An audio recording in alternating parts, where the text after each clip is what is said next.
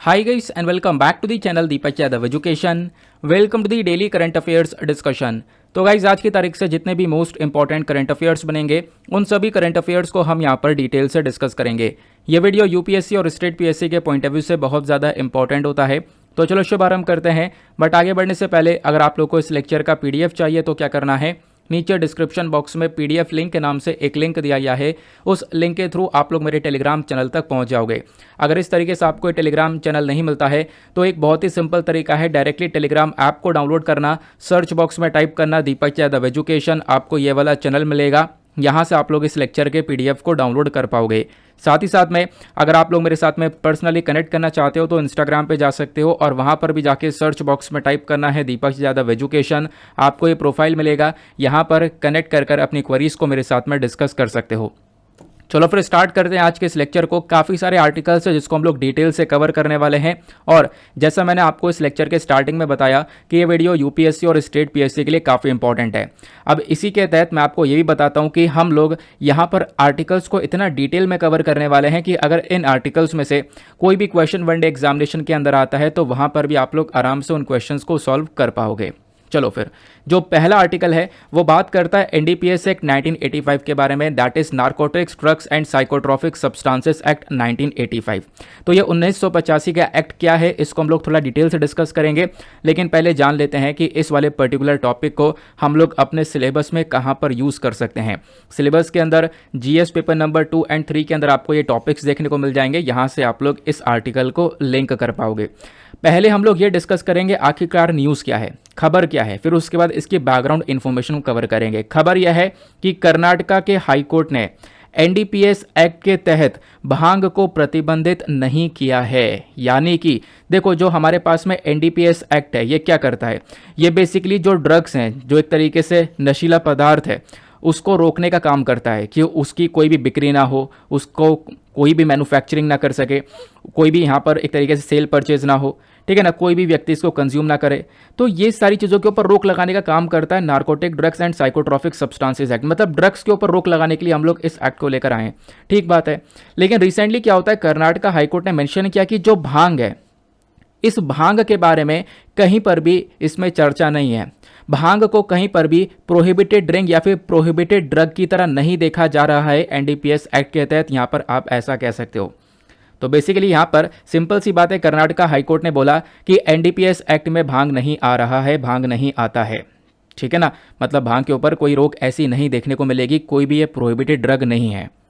अब ऐसा क्यों बोला, तो इसको लेकर कर्नाटका हाईकोर्ट ने पहले के 2 जजमेंट्स के बारे में भी बताया है। देखो इन ड्रग्स से रिलेटेड काफ़ी सारे केसेस हमारे यहाँ पर चल ही रहे हैं, लेकिन यहाँ पे जो कर्नाटका हाई कोर्ट है इसने यहाँ पर 2 केसेस के बारे में, 2 पिछले जजमेंट्स के बारे में बताया। एक जजमेंट है Madhukar versus the state of Maharashtra 2002 का है और दूसरा है Arjun Singh versus state of Haryana 2004 का केस है। इन दोनों केसेस को यहाँ पर कर्नाटका हाईकोर्ट ने देखा और इन दोनों केसेस के तहत क्या हुआ था कि जो कोर्ट्स हैं इस समय पर इन्होंने ये बोला कि जो भांग है वो गांजा नहीं है, ठीक है ना। इस वजह से भांग को हम लोग एनडीपीएस एक्ट के अंदर नहीं कवर करेंगे। एनडीपीएस एक्ट के अंदर बहुत सारे नशीले पदार्थ को कवर किया गया है, गांजा, अफीम, इन सब चीज़ों को। लेकिन यहाँ पर ये जो 2 पर्टिकुलर केस हुए थे, इस पर्टिकुलर केस के तहत कोर्ट ने बोला कि भांग जो है वो बेसिकली कोई भी गांजा की कैटेगरी के अंदर नहीं आता है, वो गांजा नहीं है। दैट इज़ वाई हम लोग इसको एनडीपीएस एक्ट में कवर नहीं करेंगे। तो इन दोनों केस को यहाँ पर एक तरीके से देखते हुए कोर्ट ने इसके ऊपर विश्वास करते हुए कर्नाटका हाई कोर्ट ने अपना भी यहाँ पर एक स्टेटमेंट दे दिया कि हाँ भांग जो है ना वो एनडीपीएस एक्ट के अंदर में नहीं आ रहा है, इसके एनडीपीएस एक्ट में उसके ऊपर कोई रोक नहीं है, एनडीपीएस एक्ट के तहत वो प्रतिबंधित नहीं है, ऐसा यहाँ पर कर्नाटका हाई कोर्ट ने बोला। आई होप आपको यहाँ पर ये बात क्लियर हुई।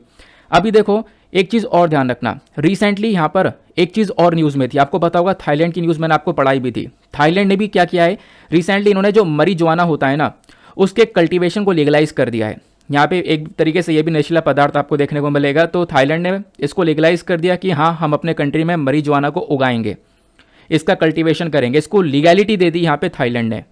हालांकि यहाँ पर इसको जो रिक्रिएशनल यूज़ है, यानी कि जैसे कि थाईलैंड की marijuana की स्मोकिंग वगैरह करना, ये सब अभी भी बैन है, लेकिन इसका कल्टीवेशन यहाँ पर ग्रो करने के लिए थाईलैंड ने रिसेंटली यहाँ पर एक अप्रूवल दिया था। तो ये एक अलग सा न्यूज़ है, ध्यान रखना। मतलब ये ड्रग्स वाले जो टॉपिक हैं ये लगातार न्यूज़ में बने हुए हैं। तो एक टॉपिक जो है ना करंट इशू में इतना ज़्यादा चर्चा में, इनफैक्ट आज के हिंदू न्यूज़पेपर के अंदर मैंने भी आपको पढ़ाया भी था, आपको याद होगा।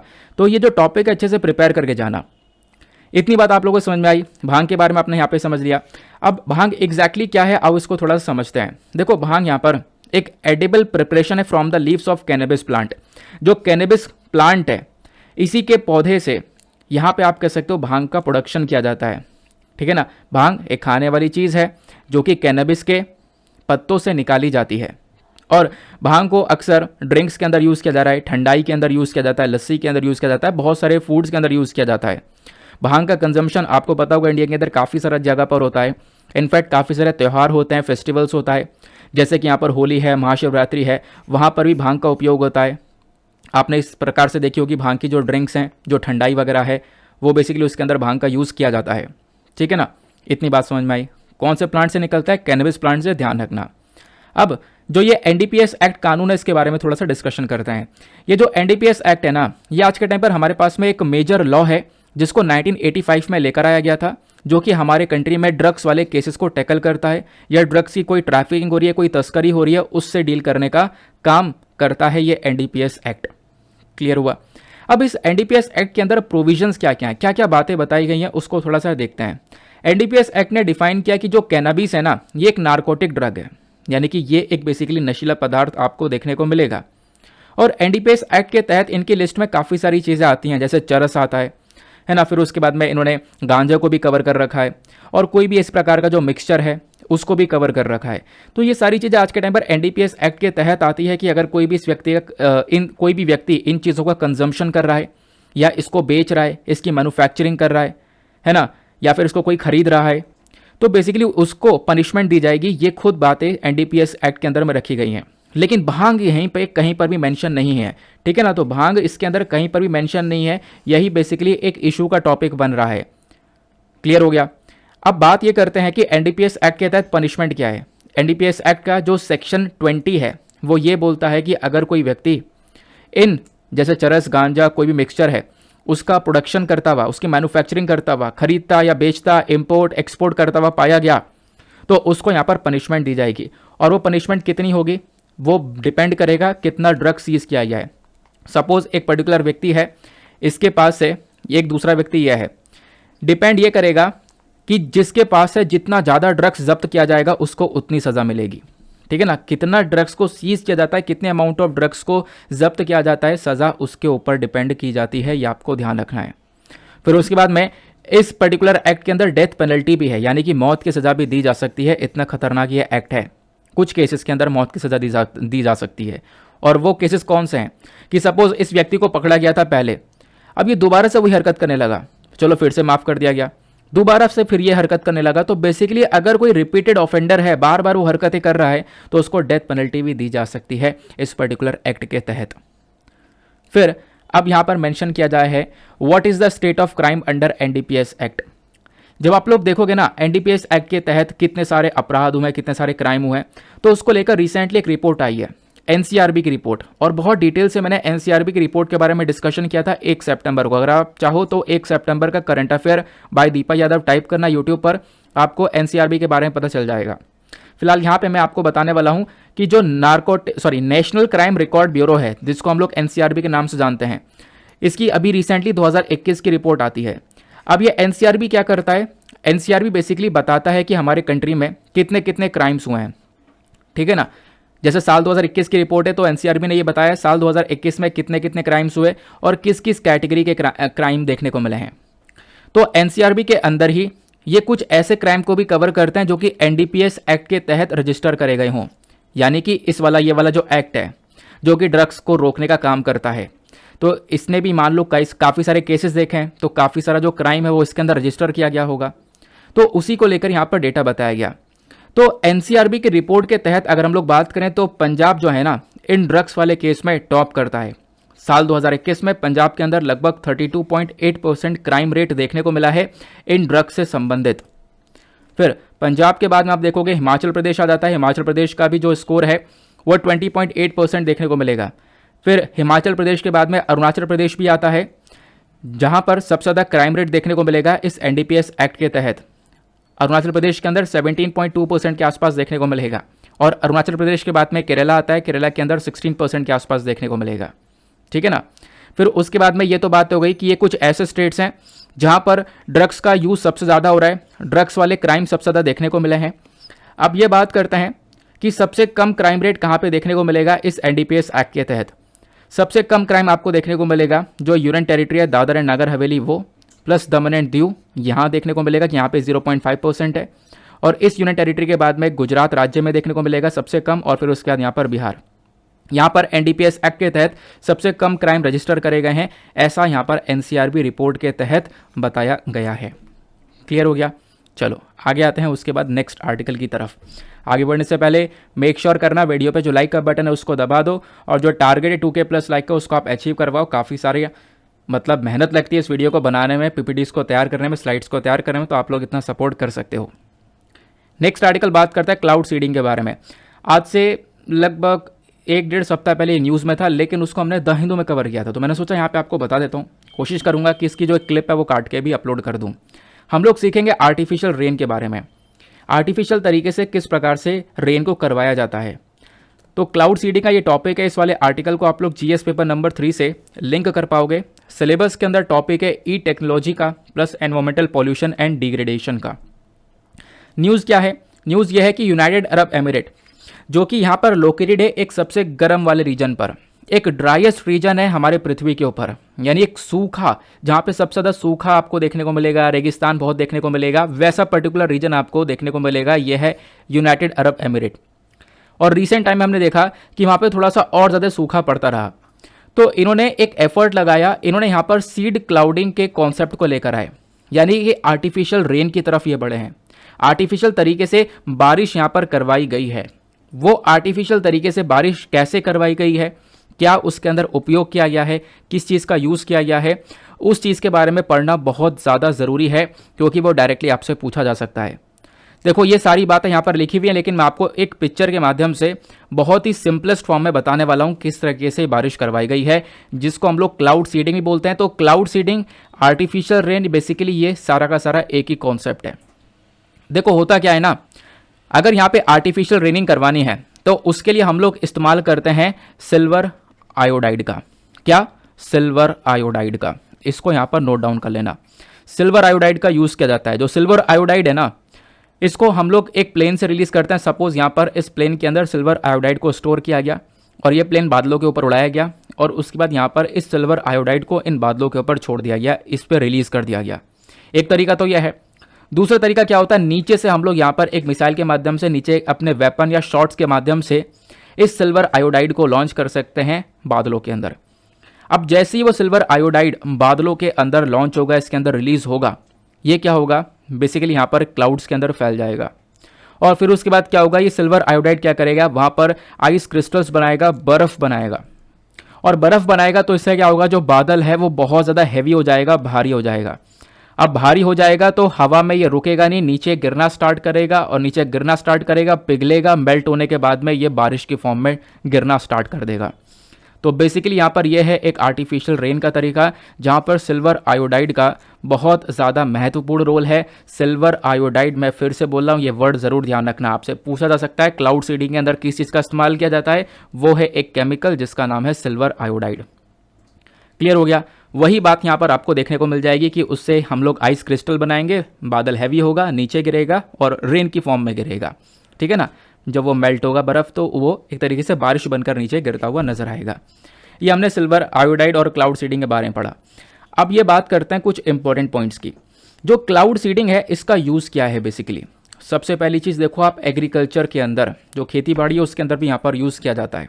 जैसे यहाँ पे हम लोग बारिश को क्रिएट करते हैं आर्टिफिशियल तरीके से, ताकि कुछ एरियाज़ के अंदर जहाँ पे सूखा पड़ा हुआ है वहाँ पे बारिश करवाई जाए। और ऐसा एक एग्जाम्पल देखने को मिलेगा, कर्नाटका के अंदर साल 2017 में प्रोजेक्ट वर्षाधारी चलाया गया था, है ना। तो बेसिकली एग्रीकल्चर के पर्पज़ के लिए भी यहाँ पे हम लोग क्लाउड सीडिंग का इस्तेमाल कर सकते हैं। दूसरा यूज़ पावर जनरेशन के लिए भी यूज़ कर सकते हैं। जो क्लाउड सीडिंग एक्सपेरिमेंट है, इसको यहाँ पर दिखाया गया है पहले भी कि हम लोग इससे हाइड्रो इलेक्ट्रिसिटी को बढ़ा सकते हैं, और ऐसा यहाँ पर किया गया है तास्मानिया ऑस्ट्रेलिया के अंदर में। यानी कि बारिश की मदद से वो जो पानी है उसकी मदद से यहाँ पर किया गया है, जो इलेक्ट्रिसिटी है उसको जनरेट किया गया है। ठीक है ना। तो यहाँ पर हाइड्रो इलेक्ट्रिसिटी को प्रोड्यूस करने के लिए भी इस क्लाउड सीडिंग का उपयोग किया जा सकता है। तीसरा यहाँ पर इसका एक बहुत अच्छा यूज़ है, वो है एयर पोल्यूशन को टैकल करने के लिए। अब क्लाउड सीडिंग के अंदर बारिश की जा रही है, अभी देखो क्या हो रहा है ना हवा के अंदर। अबे यार ये पिक्चर कौन सा आ गया, अच्छा ये देखो बारिश से हम लोग कहाँ पे चले गए, बाढ़ की तरफ। पिक्चर के अंदर कॉन्सेप्ट ही दूसरा चल गया। चलो एनीवे पिक्चर से मतलब नहीं है, कंटेंट इधर लिखा हुआ है। बात करते हैं तो हवा के अंदर आपको बहुत सारा पोल्यूशन देखने को मिलेगा। अब बहुत सारा पोल्यूशन हवा में तैर रहा है। अब जब बारिश करवाएंगे आर्टिफिशियल जो बारिश होगी, इससे क्या होगा, वो सारा जो टॉक्सिक है, सारी जो जहरीली चीज़ें हैं वो सब नीचे सेटल डाउन होना स्टार्ट हो जाएंगी। उस बारिश की वजह से सब कुछ यहाँ पर नीचे बैठना स्टार्ट हो जाएगा। तो एयर पोल्यूशन को भी टैकल किया जा सकता है इस क्लाउड सीडिंग की वजह से। फिर उसके बाद एक और यूज़ है इसका, वो है टूरिज्म। क्लाउड सीडिंग क्या कर सकता है, एक सूखे एरिया के अंदर बहुत अच्छे से ग्रीनरी को लेकर आ सकता है ना। कोई एरिया बहुत सूखा पड़ा हुआ है, वहाँ पर हम लोग अच्छे से क्लाउड सीडिंग करवा सकते हैं। और वहाँ पर क्लाउड सीडिंग के बाद में क्या होगा, वहाँ पर टूरिज़्म डेवलप होने लगेगा, लोग जो है वहाँ पर घूमने आना स्टार्ट करेंगे। तो बेसिकली टूरिज़्म के तौर पर भी चलाया जा सकता है। तो यहाँ पर मैंने आपको बताया जो ड्राई एरियाज़ हैं, बेसिकली वहाँ पर हम लोग टूरिज़्म को बढ़ावा दे सकते हैं इस क्लाउड सीडिंग का उपयोग कर। तो ये तो सारे फ़ायदे हो गए। क्लाउड सीडिंग क्या है, इसके बेनिफिट्स क्या हैं, ये आपने क्लियर किया। अब यहाँ पर कॉन्सेप्ट ये आता है कि इसके अंदर क्या क्या प्रॉब्लम्स हैं। हर चीज़ आपने टॉपिक के अंदर ये पढ़ लिया कि वो क्या है, उसके प्रोज और कॉन्स क्या है और कंक्लूजन क्या है, तो आपका टॉपिक वहीं पर तैयार है। अब क्लाउड सीडिंग के अंदर क्या चैलेंजेस है, सबसे पहला चैलेंज देखो, पोटेंशियल साइड इफेक्ट्स आपको देखने को मिलेगा, क्योंकि यहाँ पर केमिकल का इस्तेमाल किया गया है, दैट इज सिल्वर आयोडाइड। और बेसिकली उसका इस्तेमाल करने से क्या होगा, यहाँ पे हमारे एनवायरमेंट को भी नुकसान हो सकता है। वो जो बारिश हो रही है उसके अंदर केमिकल्स देखने को मिलेंगे जो कि हमारे प्लांट्स, एनिमल्स, पीपल और एनवायरमेंट के लिए काफ़ी हद तक नुकसानदायक कहलाए जा सकते हैं। दूसरा, यहाँ पर इस प्रकार से हरकत करोगे तो कहीं ना कहीं जो वेदर पैटर्न है उसके अंदर एबनॉर्मलिटी आ जाएगी, कुछ चेंजेस आ जाएंगे। यानी कि जो हमारा क्लाइमेटिक पैटर्न है वो चेंज होना स्टार्ट हो जाएगा। जहाँ पे पहले कोई नमी वगैरह आ रही थी, अब आप ज़बरदस्ती बारिश करवा रहे थे, तो बेसिकली वहाँ पर बिल्कुल सूखा पड़ना स्टार्ट हो जाएगा। अब आपको वहाँ पे ज़बरदस्ती बारिश ही करवानी पड़ेगी आर्टिफिशियल तरीके से ही। तो इस प्रकार से जो वेदर पैटर्न है उसके अंदर एक एबनॉर्मलिटी सी देखने को मिल सकती है। तीसरा यहाँ पर यह है कि क्लाउड सीडिंग को करवाने के लिए बहुत सारा खर्चा लगता है, बहुत पैसा लगता है, क्योंकि यहाँ पर केमिकल्स को हमें बादल तक पहुँचाना है, उसको रिलीज़ करने के लिए प्लेन लगेगा या फिर यहाँ पर दूसरे वेपन्स लगेंगे, ठीक है ना, या फिर दूसरे शॉट्स लगेंगे, उसमें भी यहाँ पर बहुत खर्चा है। तो ह्यूज कॉस्ट और लॉजिस्टिक प्रिपरेशन के अंदर काफ़ी पैसा लग जाता है, इस वजह से सभी के लिए पॉसिबल नहीं है इसको किया जाए। बाकी यहाँ पर क्लाउड सीडिंग की वजह से पोल्यूशन हो भी सकता है।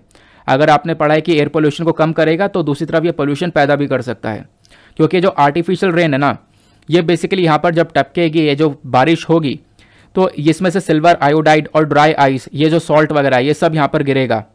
और जब ये गिरेगा, जो ये एक तरीके से जो बेकार वेस्टेज वाला जो सिल्वर होता है ना, ये जहाँ जहाँ पर आपको मिलेगा, आप कह सकते हो कि कहीं ना कहीं जहरीला पाया जाएगा। तो जो क्लाउड सीडिंग का कॉन्सेप्ट है, जहाँ पे हम सिल्वर आयोडाइड का इस्तेमाल कर रहे हैं, और जब ये गिरेगा नीचे, जो ये वेस्टेज होगा, तो इसमें से जो वेस्टेज निकलेगा कहीं ना कहीं वो टॉक्सिक कहलाएगा, एक तरीके से वो यहाँ पे आप कह सकते हो जहरीला कहलाएगा, जो कि यहाँ पे सभी लोगों के लिए बुरी तरह से मतलब नेगेटिवली यहाँ पर उसके ऊपर इम्पैक्ट करेगा। ऐसे यहाँ पे ड्राई आइस का कॉन्सेप्ट भी देखने को मिलेगा। जो ड्राई आइस है, ये भी यहाँ पर ग्रीन हाउस गैस का एक बहुत बड़ा सोर्स बन सकता है। तो ये भी क्या कर सकता है, कहीं ना कहीं ग्रीन हाउस गैस एमिशन को बढ़ा सकता है। इस बारिश की वजह से गर्मी और बढ़ सकती है, ग्लोबल वार्मिंग बढ़ सकती है, और उसकी वजह से यहाँ पर आप देख पाओगे क्लाइमेट चेंज हम लोग को देखने को मिल सकता है। तो बेसिकली कहीं ना कहीं पोल्यूशन की तरफ भी यहाँ पर इसका एक बहुत बड़ा रोल हो सकता है क्लाउड सीडिंग का, ये बात यहाँ पर बोली जा रही है। क्लियर हो गया? आ जाओ नेक्स्ट आर्टिकल की तरफ। अगला आर्टिकल काफ़ी ज़्यादा इंपॉर्टेंट होने वाला है, इसके बारे में पढ़ लेना, क्योंकि ये पूरे साल न्यूज़ में रहा है। हम डिस्कशन करने वाले हैं एंटी रेडिएशन पिल्स के बारे में। जो रेडिएशन आप लोगों ने देखा होगा कि न्यूक्लियर पावर प्लांट से काफ़ी सारे रेडिएशन हम लोग देखते हैं निकलती है ना, जिसको हम लोग विकिरण के नाम से जानते हैं। अब ये रेडिएशन काफ़ी हद तक खतरनाक होती है ह्यूमन बींग्स के लिए, हमारे एक तरीके से जो एनवायरनमेंट है उसके लिए। अच्छा, ये टॉपिक न्यूज़ में क्यों है उसको बताऊंगा पहले, लेकिन उससे पहले ये जान लो, इस वाले आर्टिकल को आप लोग जीएस पेपर नंबर 2 हेल्थ से रिलेट कर पाओगे। होता क्या है, जो आपको न्यूक्लियर पावर प्लांट्स देखने को मिलते हैं, जैसे आज के टाइम पर यूक्रेन का जो ज़ैपोरिज़िया न्यूक्लियर पावर प्लांट है वो काफ़ी चर्चा में है। वो बेसिकली यूरोप का सबसे बड़ा न्यूक्लियर पावर प्लांट है। तो उस पावर प्लांट के आसपास काफ़ी बॉम्बिंग हुई, तो वहाँ से एक न्यूक्लियर रेडिएशन निकलने के पूरे चांसेस हैं कि वहाँ से विकिरण हो सकता है। और वो जो न्यूक्लियर रेडिएशन है वो बेसिकली इंसान को डैमेज कर सकता है, उस एनवायरमेंट को बंजर बना सकता है पूरी तरह से। तो उसी को टैकल करने के लिए क्या किया जा रहा है, कुछ एंटी रेडिएशन पिल्स को वहाँ पर बांटा जा रहा है ताकि वो लोग वो पिल्स खाएं, वो दवाइयाँ खाएं, और उससे वो जो रेडिएशन का फ़र्क है उनके ऊपर नहीं पड़ेगा। तो इस वजह से इस वाले आर्टिकल को जीएस पेपर नंबर 2 हेल्थ से रिलेट किया गया है। न्यूज़ ये है कि देखो लगातार यूक्रेन का जो ज़ैपोरिज़िया न्यूक्लियर पावर प्लांट है यहाँ पे काफ़ी कमजोरी देखने को मिलेगी। यूरोप का सबसे बड़ा पावर प्लांट है, बहुत सारी बॉम्बार्डिंग यहाँ पर हो चुकी है। इस वजह से यहाँ पर डिसाइड किया गया कि अब 5.5 मिलियन के आसपास जो एंटी रेडिएशन पिल्स हैं वो डिस्ट्रीब्यूट करी जाएगी, जो कि इसके आसपास जो रेसिडेंट्स रह रहे हैं, इस पावर प्लांट के आसपास जो रेसिडेंट्स रह रहे हैं उनको, ताकि वो उन पिल्स को कंज्यूम कर सकें और इस रेडिएशन से बच सकें। क्योंकि यहाँ पर दिक्कत यह है कि रेडिएशन अगर फैलना स्टार्ट किया तो आपको पता है इसका जो इफेक्ट है कई सालों तक देखने को मिलता है। अब ये मुद्दा क्या है, देखो यहाँ पर समझो, ये आपको यूक्रेन का मैप देखने को मिलेगा, यह है पूरा का पूरा यूक्रेन, इधर पीछे है रशिया, इधर आपको ये देखने को मिलेगा ज़ैपोरिज़िया न्यूक्लियर पावर प्लांट। आज के टाइम पर रशिया के कंट्रोल में ये आ चुका है और यहीं पर बहुत सारी बॉम्बार्डिंग हुई है। इसको हम लोग यूरोप का सबसे बड़ा न्यूक्लियर पावर प्लांट भी बोलते हैं। कुछ इस प्रकार से आपको ये देखने को मिलेगा। इसके अंदर 6 बड़े बड़े रिएक्टर्स हैं। इसी पावर प्लांट्स की मदद से पूरे यूक्रेन के अंदर जो आसपास का रीजन है वहाँ पर एनर्जी की सप्लाई होती है, बिजली की सप्लाई होती है। तो ज़ैपोरिज़िया के बारे में आपने जाना, ज़ैपोरिज़िया के अंदर बहुत सारा यूरेनियम देखने को मिलेगा, और अगर यहाँ पे बम्बार्डिंग वगैरह होती है, ये न्यूक्लियर पावर प्लांट फेल मारता है और यहाँ पे कोई डिजास्टर होता है तो इससे विकिरण निकलेगा, ये न्यूक्लियर रेडिएशंस निकलेंगी और वो रेडिएशंस यहाँ पर ह्यूमन बींग्स को बुरी तरह से डैमेज कर सकती हैं।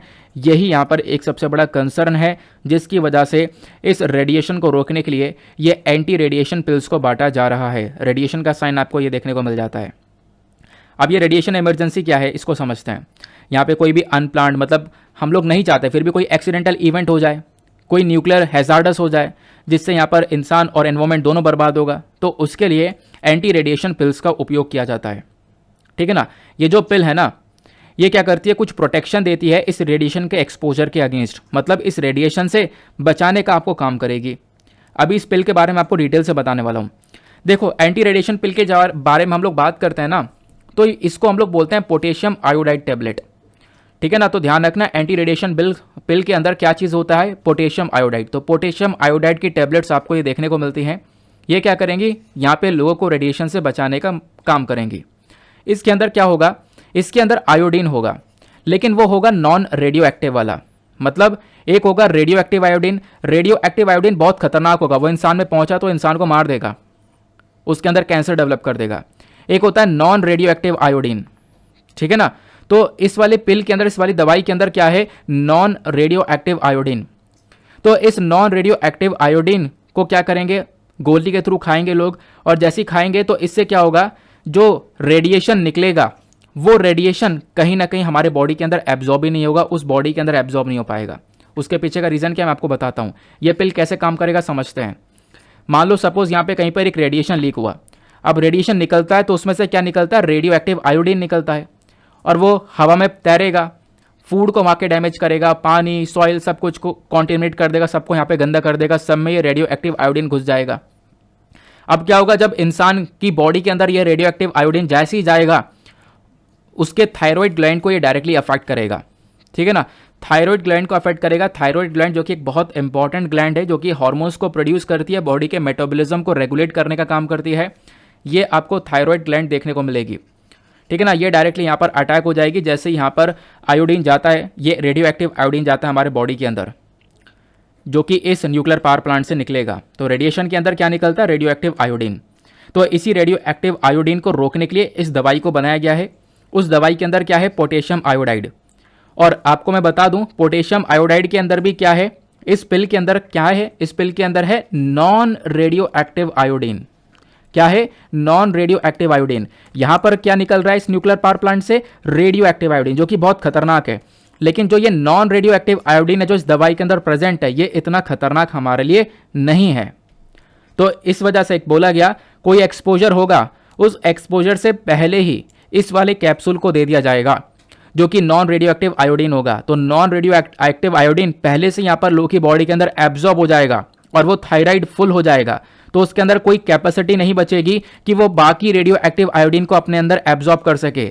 मतलब ये जो नॉन रेडियो एक्टिव आयोडीन है, इसको यहाँ पर एक बार थायराइड ग्लैंड ने पूरी तरह से एब्जॉर्ब कर लिया तो इस वाले जो ये गंदा वाला रेडियोएक्टिव आयोडीन है ना, इसको एब्जॉर्ब करने के कोई चांसेस बचेंगे ही नहीं। इस वजह से बोला गया है कि एक्सपोजर से कुछ घंटे पहले अगर इस पिल को खा लिया जाए तो कहीं ना कहीं ये लोगों को बचा सकता है इस खतरनाक आयोडीन से। क्लियर हो गया? ठीक है ना। जो थायराइड है वो फुल हो जाएगा, बाकी कुछ भी यहाँ पर फिर वो आयोडीन को एब्जॉर्ब नहीं कर सकेगा अगले 24 घंटे तक। ये इसकी खास बात आपको देखने को मिलेगी, ये बात ध्यान रखना। बाकी जो ये पोटेशियम आयोडाइड की जो दवाइयाँ हैं ना, ये जो गोलियाँ आपको देखने को मिलेंगी, ये सिर्फ आपको बचा सकती हैं। अगर आपको पहले से कोई डैमेज हो गया है रेडिएशंस का तो उस चीज़ को ठीक नहीं कर सकती, सिर्फ आपको यहाँ पर प्रिवेंट कर सकती है, बचा सकती है। क्लियर हो गया? और सबसे बड़ी बात यहाँ पर होता यह है कि अगर आपको रेडिएशन ने अफेक्ट कर दिया है और थायराइड ग्लैंड को बुरी तरह से अफेक्ट हो चुका है, थायराइड ग्लैंड ने क्या कर लिया, रेडियो एक्टिव आयोडीन को एब्जॉर्ब कर लिया, तो इससे काफ़ी सारे चांसेस हैं कि थायराइड कैंसर यहाँ पर हो जाए। क्लियर हो गया? आगे आते हैं। अब यहाँ पे बात बताई जाती है, क्या ये ऐसा मेथड है, इस पर विश्वास कर सकते हैं, मतलब इसके लेकर कोई प्रूफ वगैरह है, विश्वास किया जा सकता है? तो यहाँ पर मेंशन किया गया कि देखो ये जो दवाई है ना, ये आपको 100% प्रोटेक्शन नहीं देगी लेकिन आपको बचा सकती है। 100% प्रोटेक्शन नहीं देगी लेकिन बचा सकती है। करना क्या है, टाइम पर आपको टाइम से पहले, उस एक्सपोजर से पहले इस पिल को ले लेना है। फिर उसके बाद में इसके अंदर एक डिसएडवांटेज भी देखने को मिलता है कि ये दवाई हर किसी के लिए नहीं है, ये सिर्फ उनके लिए रिकमेंड करी गई है जिनकी उम्र 40 साल से कम आपको देखने को मिलेगी। क्लियर हो गया? ठीक है ना। तो ये यहाँ पर इसे कुछ इश्यूज भी देखने को मिलेंगे, ये सब कुछ इस आर्टिकल में था। नेक्स्ट इंपॉर्टेंट आर्टिकल पर आते हैं। यहाँ पे हम लोग डिस्कशन करने वाले हैं इंटरनेशनल व्हेल शार्क डे के बारे में। तो व्हेल शार्क क्या है, जो आपको यहाँ पर पिक्चर में दिख रही है, ये व्हेल शार्क के ऊपर आपको इस प्रकार से वाइट कलर के डॉट्स वगैरह नजर आ रहे हैं। तो इस वाले आर्टिकल को आप लोग जीएस पेपर नंबर 3 से रिलेट कर पाओगे, सिलेबस के अंदर कंजर्वेशन, और साथ ही साथ में प्रीलिम्स के लिए तो हमारे ये टॉपिक इंपॉर्टेंट है ही। हुआ क्या, दिल्ली बेस्ड नॉन प्रॉफिट एक बॉडी है जिसका नाम है WTI, wild life trust of India. इन्होंने यहाँ पर लॉन्च किया है save the whale shark campaign, यानी इस वाली मछली को, यहाँ पे इस वाली शार्क को, जो ये एक तरीके से व्हेल शार्क हम लोग इसको बोलते हैं, इसको बचाने का एक कैंपेन चलाया गया कर्नाटका के अंदर, केरला के अंदर, लक्षद्वीप के अंदर। ठीक है ना। और अभी इसलिए भी न्यूज़ में था ये क्योंकि 30 अगस्त की जो तारीख निकली है ना, 30 अगस्त को हम लोगों ने इंटरनेशनल व्हेल शार्क डे को मनाया था। और इस बार का जो थीम था वो था the future of shark, guardian of our seas. ठीक है ना। तो ये बेसिकली थीम ध्यान रखना, वनडे एग्जामिनेशन के अंदर पूछ लिया जाता है। क्वेश्चन यहाँ पर यह है कि हम लोग इस व्हेल को बचा रहे हैं और उसको बचाने के लिए इस कैंपेन को चलाया गया है। तो ये कैंपेन कहाँ कहाँ पर चलाया जाएगा, कर्नाटका के अंदर, केरला के अंदर, लक्षद्वीप आइलैंड्स पर भी यहाँ पर इस कैंपेन को चलाया जाएगा। ये आपको ध्यान रखना है क्योंकि यहाँ पर जो कोस्टल एरियाज़ हैं, आसपास समुद्री इलाका है, वहाँ पर आपको ये व्हेल शार्क बहुत सारी देखने को मिलती हैं। ये कैंपेन का मकसद क्या है, इस कैंपेन चलाने का उद्देश्य यहाँ पर यह है इन व्हेल मछलियों को बचाया जाए। कैसे बचाया जाए, देखो आज के टाइम पर होता यह है कि जो फिशरमैन्स हैं, जो मछुआरे हैं, वो मछली पकड़ने के लिए जाते हैं, उनके जाल में बहुत सारी इस प्रकार से जो ये व्हेल शार्क हैं वो अटक जाती हैं, एक्सीडेंटल यहाँ पे अटैक हो जाता है, यहाँ पर वो मछलियाँ एक तरीके से जाल में फंस जाती हैं। तो बेसिकली इस कैंपेन को इसलिए चलाया जा रहा है ताकि उन मछलियों को जाल से तुरंत छोड़ दिया जाए। ठीक है ना। और इसके लिए एक मोबाइल एप्लीकेशन को भी डेवलप किया है जो कि क्या करेगा, व्हेल शार्क को स्पॉट करेगा, उसको रिकॉर्ड करेगा और उसको बचाने का यहाँ पर एक रोल प्ले करेगा। तो व्हेल शार्क के बारे में कुछ इंपॉर्टेंट की पॉइंट्स जो कि आपको पता होना चाहिए। जैसे सबसे पहली चीज़, व्हेल शार्क का साइंटिफिक नेम क्या है, साइंटिफिक नेम है राइनोकोडॉन टाइपस। ये बेसिकली अभी तक का एक सबसे लार्जेस्ट फिश आपको देखने को मिलेगी पृथ्वी के ऊपर, सबसे बड़े साइज़ की फिश देखने को मिलेगी। की स्टोन स्पीशी के नाम से भी हम लोग इसको जानते हैं। इसकी जो ग्रोथ है वो लगातार ग्रो हो सकती है। ये जो मछली है ना, ये लगभग 18 मीटर्स के आसपास की इसकी लेंथ हो सकती है, 18 मीटर्स की लेंथ तक ये ग्रो कर सकती है। इसका जो वज़न है वो लगभग 21 टन तक यहाँ पर हो सकता है। आप इमेजिन कर सकते हो 21 टन तक वज़न हो सकता है। तो ये बेसिकली यहाँ पर व्हेल शार्क की खासियत देखने को मिलेगी।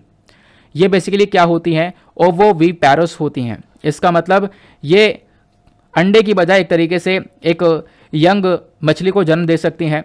और वो जो यंग मछली है ना, उसके अंदर भी पावर इतनी होगी कि वो बेसिकली यहाँ पर आप कह सकते हो कि 10 साल के अंदर अंदर अपनी सेक्सुअल मैच्योरिटी तक पहुँच सकती है। तो ये काफ़ी सारी कैपेबिलिटीज़ इन व्हेल शार्क के अंदर देखने को मिलती है। जो व्हेल शार्क है ये आपको खासकर ओशन के अंदर देखने को मिलेगी। खासकर इनका काम क्या है, मतलब इनका खाना वगैरह क्या है, तो छोटी मछलियों को खाना और भी जो छोटे छोटे क्रीचर्स हैं ओशन के अंदर उनको खा के यहाँ पर इनका काम चलता है। अभी जो व्हेल शार्क है आपको पूरे के पूरे इंडियन कोस्ट पर देखने को मिलेगा। जो हमारा इंडियन कोस्ट है ना, इंडियन ओशन आपको देखने को मिलेगा। हमारा जो पूरा का पूरा कोस्टल एरिया देखने को मिलता है, बहुत सारे स्टेट्स वहाँ पर आते हैं, तो उन कोस्टल एरियाज़ में आपको ये व्हेल शार्क देखने को मिलती है।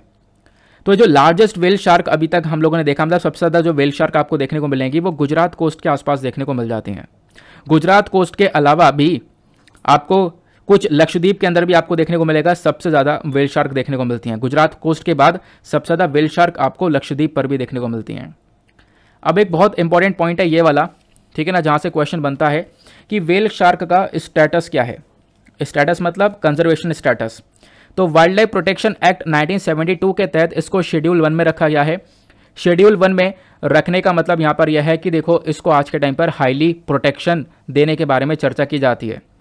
दूसरा, IUCN के अंदर ये इसको कहाँ पे रखा गया है, IUCN रेड लिस्ट में इसको एंडेंजर्ड कैटेगरी में रखा गया है। मतलब इस मछली की जो जान है वो काफ़ी खतरे में है, मतलब इनकी जो संख्या है वो काफ़ी खतरे में है। अगर इनको हम लोगों ने प्रोटेक्शन नहीं दी तो आने वाले टाइम पर इनकी प्रजाति पूरी तरह से ख़त्म भी हो सकती है। फिर IUCN ग्रीन स्टेटस जो असेसमेंट है उसके अंदर भी इसको लार्जली डिप्लीटेड में रखा गया, मतलब बहुत सारी संख्या इसकी खत्म हो चुकी है, हम लोगों ने अभी तक ऐसा देखा है। अब इतनी जनसंख्या इसकी इतनी संख्या इसकी खत्म हो रही है, उसके पीछे का रीज़न क्या है, मतलब थ्रेट क्या है, इसको खतरा क्या है। देखो, इसको जो मेन थ्रेट है ना वो है फिशिंग नेट। मैंने आपको बताया जो मछुआरे होते हैं वो अपनी फिशिंग करते हैं, बड़े बड़े ट्रॉलर्स ले लेते हैं, यानी कि बड़ी बोट होती है, उसके पीछे बहुत बड़ा सा जाल बंधा होता है जो कि समुद्र में उस बोट के थ्रू खींचा जाता है। तो उस जाल के अंदर ये जो मछलियाँ हैं, ये खासकर जो व्हेल शार्क है वो भी फंस जाती है। तो बेसिकली यहाँ पर ऐसे ही सबसे ज़्यादा केसेस देखने को मिले हैं कि ऐसे शार्क काफ़ी सारी फंसी हैं और उसकी वजह से यहाँ पर इनकी डेथ हुई है, उनकी मृत्यु हुई है। तो एक रीज़न तो ये देखने को मिलेगा जिसकी वजह से व्हेल शार्क लगातार खतरे में है। दूसरा रीज़न यहाँ पर देखने को मिलेगा, प्लास्टिक लेवल काफ़ी ज़्यादा बढ़ रहा है ओशियंस के अंदर। जो प्लास्टिक का कूड़ा करकट है वो काफ़ी तेज़ी से बढ़ रहा है, जो कि यहाँ पर ये खा लेती हैं और खाने के बाद में यहाँ पर इनके बॉडी ऑर्गन्स को डैमेज करता है वो प्लास्टिक, और उसकी वजह से भी यहाँ पर इनकी मृत्यु हो रही है। तीसरा, यहाँ पर आप देखोगे जब हम लोग बात करते हैं प्रोटेक्शन की, तो मेंशन यहाँ पर किया गया है कि कैसे हम लोग इसको बचा सकते हैं। बचाना है तो सबसे पहली बात क्या करना होगा कि अगर सपोज़ यहाँ पे कोई मछुआरा है जो कि ट्रॉलिंग कर रहे हैं और अगर व्हेल शार्क उनके जाल में फंसती है तो उसको तुरंत बिना किसी डिले के तुरंत यहाँ पर रिलीज़ कर देना है, क्योंकि आप तुरंत रिलीज़ नहीं करोगे तो थोड़ी देर में यहाँ पर उसकी मृत्यु हो जाएगी, ऐसा भी हम लोगों ने देखा है।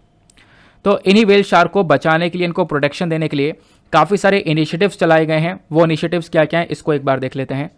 तो जैसे कि यहाँ पर एक प्रोजेक्ट चलाया जा रहा है गुजरात के अंदर में पिछले 20 सालों से, जिसने यहाँ पर काफ़ी सारी मछलियों को बचाया है। काफ़ी सारी व्हेल शार्क को अरेबियन सी में छोड़ा गया है, लगभग 852 व्हेल शार्क को अरेबियन सी में छोड़ा गया है इस पर्टिकुलर प्रोजेक्ट के तहत। गोल हमारा यह है कि हम लोग जो ये व्हेल शार्क के एक्सीडेंट हो रहे हैं फिशिंग नेट से, जाल से, उसको कम से कम कर सकें। और हमारा टारगेट यहाँ पर यही है कि हम लोग बेसिकली एक तरीके से इनको एक प्रोटेक्शन दें और इनकी संख्या जो है वो एंडेंजर्ड कैटेगरी से एक सही कैटेगरी में आए। तो ये हमारा पर्पज़ है इन व्हेल शार्क को लेकर। आई होप आपको यहाँ पर ये सारी बातें काफ़ी अच्छे से क्लियर हो चुकी हैं। बहुत सारी इन्फॉर्मेशन थी जो कि काफ़ी इंपॉर्टेंट थी आपके सिलेबस के पॉइंट ऑफ व्यू से, उसको आप लोग यहाँ पर नोट डाउन कर लेना। PDF में आपको टेलीग्राम पर डाल दूंगा, वहाँ से आप लोग चेकआउट कर सकते हो, वहाँ से डाउनलोड कर लेना। नाउ इसी के साथ में करते हैं लेक्चर को समाप्त और मिलते हैं आप लोगों से अगले वीडियो में। आज के लिए bye bye, have a nice day, thank you and जय हिंद।